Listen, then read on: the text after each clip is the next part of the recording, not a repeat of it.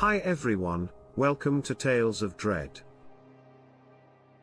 If you want to hear more scary stories, make sure to like, comment, share, and subscribe. One Halloween, my girlfriend and I were, getting it on in the treehouse in the backyard. That used to be mine when I was a child. The time was around 12:30 a.m. Well past the time when the little traitors could act. We heard it at that time. Something was going on in the woods behind the house. We live on the East Coast, so keep that in mind. There are no fences in any of the backyards. It's just a lot of empty land, but it doesn't seem to have much of an effect on anyone. Small black square, anyway, we were making out for about 30 minutes. And then all of a sudden, I've heard coyotes howling before. There aren't actually any wolves out here. The mountains are not where we are. Coyotes come to mind. I've never heard of something that hits so close to home. I showed her with my hand to be quiet. I got the mag light that we had been playing with earlier, and both of us slowly lifted our heads to the wooden window and looked out toward the edge of the forest. I mean, it took a few minutes for my eyes to adjust, because at first I couldn't see anything outside except for the moonlight, which is when I saw it. Those who have eyes that look bad. I gasped for a second and was about to point at it, but then I saw that it was looking right at me. I pushed my girlfriend at the time to look where I was looking to see if I was crazy or if she could see what I was seeing. I could tell she was starting to cry, even if it was just a little bit.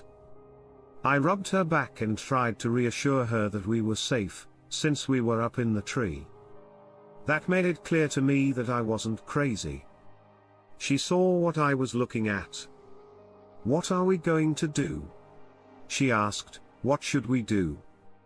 I mean, we're stuck in the tree, so I guess we're safe. But I wouldn't plan to leave soon as long as this thing is in our line of sight, I told her. She asked me what it was. I waved my hand, squinting into the dark to try to see what I was looking at better. At the time, we were both 19, but she had terrible allergies. She went crazy and started looking everywhere and under everything. Triri was having a hard time searching for her inhaler under the blankets. I turned the light away from the window and helped her look for it inside the treehouse. It couldn't be found anywhere, but she always has it with her. It must be somewhere around here. As we kept looking, I thought, let's look outside the treehouse on the ground below. I shone my flashlight in every direction to see if we had missed or dropped anything, like a sock here or a bra there. Then I saw the bright red and white inhaler lying right there at the edge of the woods. What the hell happened over there?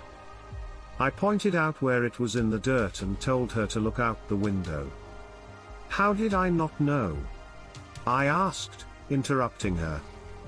I don't know what bothered me more, knowing that thing was still out there or the fact that her inhaler was literally 10 feet from the bottom of the tree line, which made no sense, before I realized what she was doing and could have stopped her.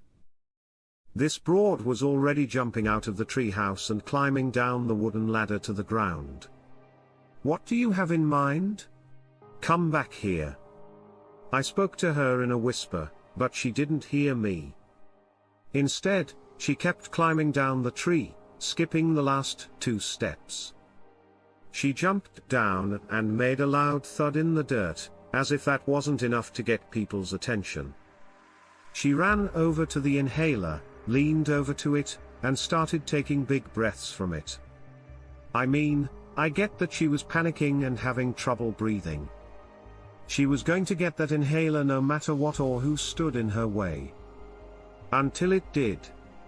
Suddenly, a big black silhouette of a human-like figure jumped out of the bushes, grabbed her, and pulled her back into the woods faster than you can blink an eye. I didn't even hear her scream. I started screaming from up in the air. I had no control over the situation. I grabbed my cell phone and called 911 to tell them what had happened. When they got there, they asked me about 100 questions about what had happened that night, and then they sent a search party into the woods. I was so freaked out. No way was I going to go into the woods. So I stayed back with my parents and the nurse who kept asking me questions. About an hour later, after following some of the blood trail that the hounds had found, they found her body in pieces, like in a horror movie. But the strangest thing was that she didn't have a heart. Her rib cage and sternum were split in half and torn open, but her heart is still missing to this day. It gives me bad dreams. I can't get that thing's shape and eyes out of my head. Every night when I look out my window, I sometimes think I see those same eyes staring back at me from afar.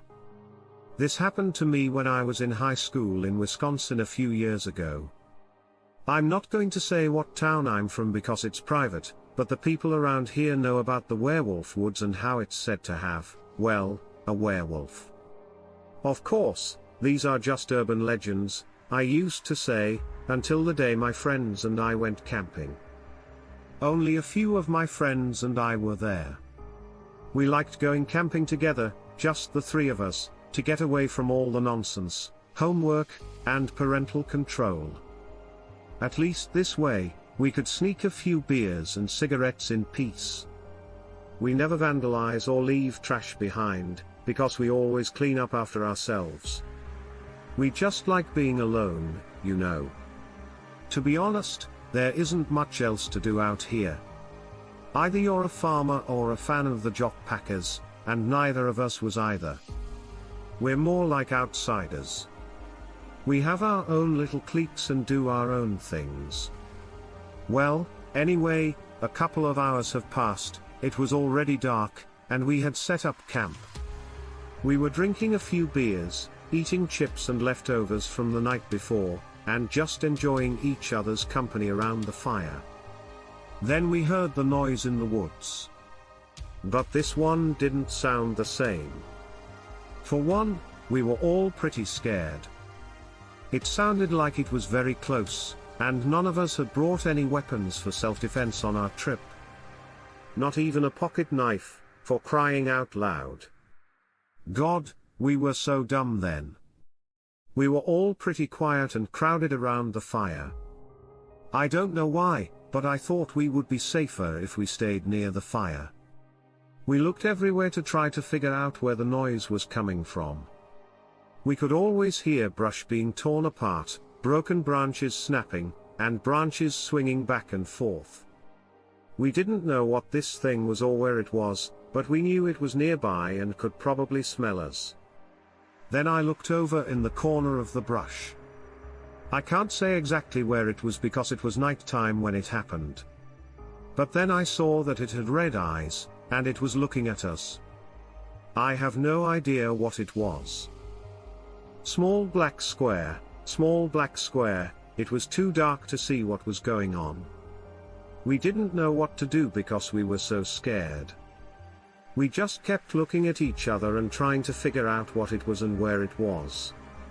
It started making this scuffling noise, and then it started howling again.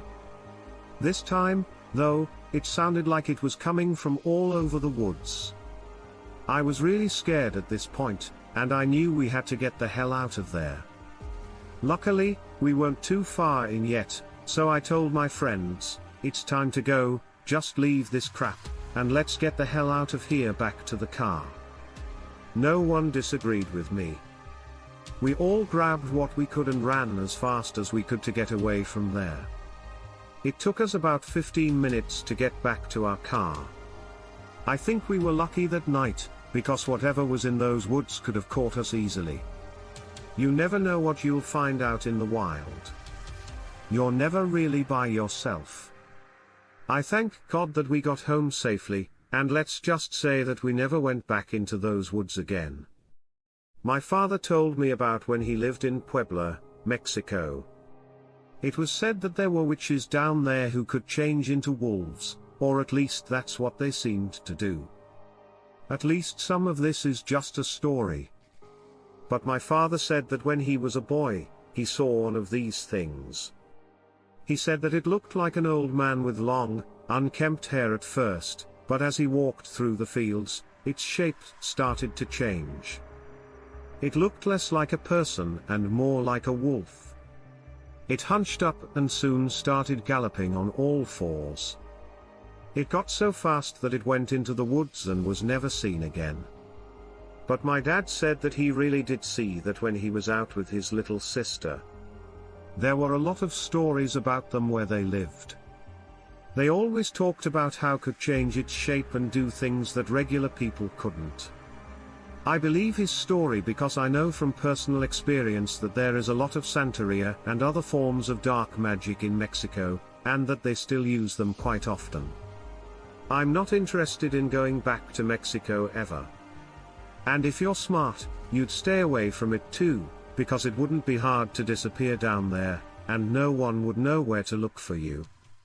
Down there, everything is just different. Stay safe.